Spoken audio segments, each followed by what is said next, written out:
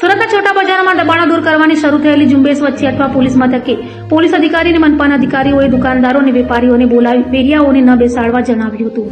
સુરત શહેરના અથવા police station વિસ્તારમાં છોટા બજારના વેપારીઓની એક મીટિંગનું આયોજન કરવામાં આવ્યું હતું, જેમાં સુરત મહાનગરપાલિકાના અધિકારીઓ તથા પોલીસ સ્ટાફ હાજર રહ્યા હતા. એમાં વેપારીઓને ખાસ જાણકારી આપવામાં આવી હતી કે જે દુકાનની બહાર ફેરિયાઓ બેસાડ્યો છે તે પુતલા મૂકી સાથે દુકાનની આગળ દબાણ ઊભું ન કરવામાં આવે તેમ જણાવ્યું હતું.